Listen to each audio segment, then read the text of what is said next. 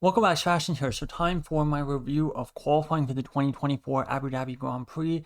Of course, final qualifying session of the year for the final race of the year. And of course, going into this weekend and going into this race, quite a few big talking points. Of course, this was Lewis Hamilton's final qualifying session for Mercedes, last race for the team. So of course there was a lot of hype, I guess, going into this race, and they even showed a list of all of Hamilton's qualifying stats while he was at Mercedes. I think including a whopping 78 pole positions, I think it was. So obviously. This was going to be, a very, very important qualifying session for him, at least from a sentimental perspective.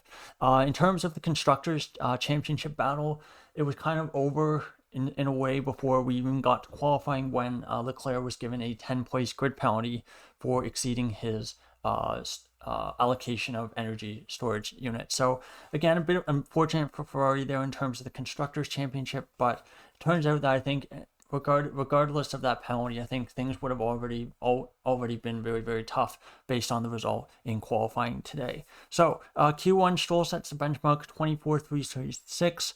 Perez sets a flying lap, pretty good time, 8/10 clear of Stroll, but unfortunately for him, it was deleted for track limits at turn 1. That turned out to be a very pesky corner today for many of the drivers. And then Colapinto also lap deleted at that corner. With 5 minutes, I think after the first flying laps, Lawson, Albon, Stroll, Perez, and Colapinto were your drivers in the bottom 5 in the knockout zone.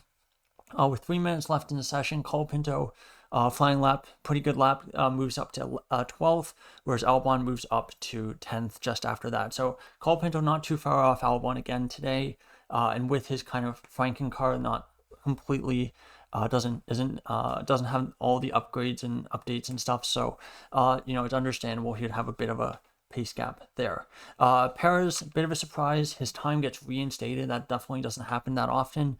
So his time gets back up on the board, and I think that was actually very important for him, because I think otherwise given the chaos that happened at the end of the session, I think there was a chance he would have gotten knocked out in Q1. Lawson blocked on his final lap by Russell, but doesn't impact him too much as he's able to set a time good enough for Q2.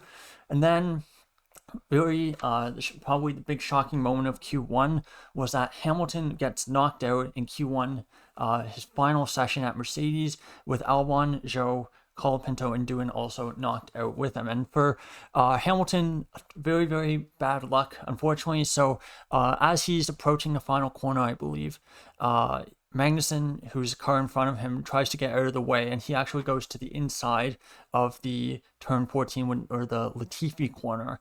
But in the process, he basically knocks the bollard off, and the bollard actually gets lodged under Hamilton's car. So he actually hits the bollard and then has to drag the bollard around for the rest of the lap. So I know there's only a couple corners left. Not sure how much it impacted him in terms of pure lap time. It's something that's pretty hard to know for sure. But the end result is that Lewis Hamilton gets knocked out in Q1 in his final race for Mercedes. So definitely not great for him there. Q2, mixed of used and new tires for the first laps. Leclerc almost crashes at the Latifi corner, just gets a snap of oversteer, but luckily for him, keeps it out of the barrier. Alonso, Stroll, Magnussen, Bottas, and Gasly were in the drop zone after the first laps. Magnussen not able to get out, not able to get out in the way, I guess. I think that's what I meant to say. And then Magnussen not able to get out of the Q2, so he gets knocked out there in his final session, presumably in F1. Leclerc looks like he's safely through to Q3, but unfortunately for him, he gets his time deleted for track limits. So he then basically goes from being safely inside the top 10 and drops all the way to 14th, of course, and then in addition to his 10-place penalty. And Bottas, great result for him in qualifying today. He gets himself up into Q3 in the Sauber. All right, Perez somehow survives that. Got kind of lucky. He was 10th in Q2. So again, without Leclerc's track limits deletion, he would have gotten knocked out in Q2. So not great for him there, but still, I guess, gets through into Q3. Leclerc starts 20th, and yeah, so with the grid drop tomorrow, or with the grid penalty tomorrow, Leclerc will start 20th. And again, you see the replay for Leclerc's lap that he gets deleted, and it looks almost identical to Perez. So I don't think anything fishy was happening, but again, it just shows how tight the margins are between a lap getting deleted, not deleted, and again, the benefit that you get from going over track limits, of course, it's there, but again, it's very, very fine margins either way. Yeah, so at this point, it's like constructors is probably toast for Ferrari. Then into Q3 we go. Verstappen almost crashes on his flying lap in Sector 3, just a massive snap of oversteer. Probably a little bit too much throttle on that curb at the final corner, but he keeps it out of the wall. So 22.945 is the benchmark by Verstappen. Piastri then very, very close as well, but he gets his time deleted before it gets reinstated before the final laps. So at this point, going into the final laps, you had Norris second, Piastri third, Sainz fourth, and Hülkenberg in fifth. A bit of a surprise there. Perez up to fourth, 3 tenths off Verstappen, which honestly not too bad there.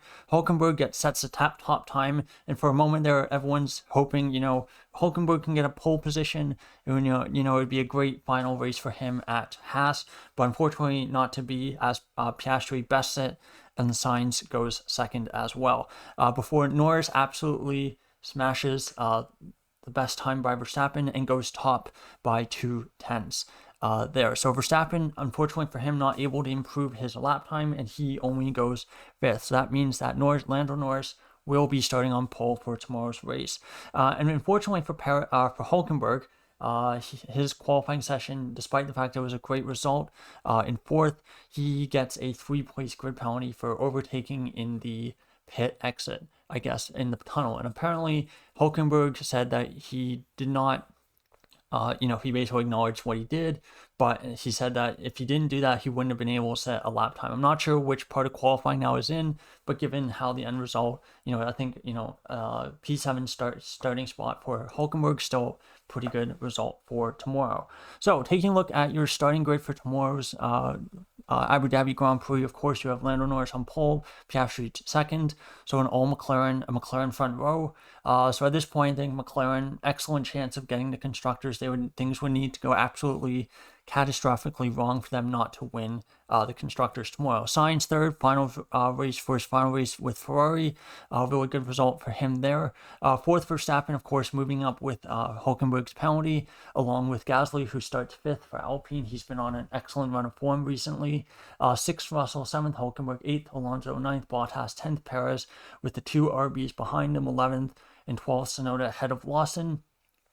13th Stroll, 14th Magnussen, 15th Albon, 16th Zhou, 18th Hamilton, 17th Hamilton, 18th Colapinto, 19th Doohan in his first F1 qualifying session. First lap looked pretty competitive with Gasly. Unfortunately, second lap not able to improve. So the qualifying gap's going to look a bit bigger than I think it probably should have been, but it can't really be helped. And then of course Leclerc will be starting 20th for tomorrow's Grand Prix. So there you go. There's my review of qualifying for the 2024 Abu Dhabi Grand Prix. Of course, looking forward to the Grand Prix later today. So again, thank you so much for watching, and that's all. Goodbye.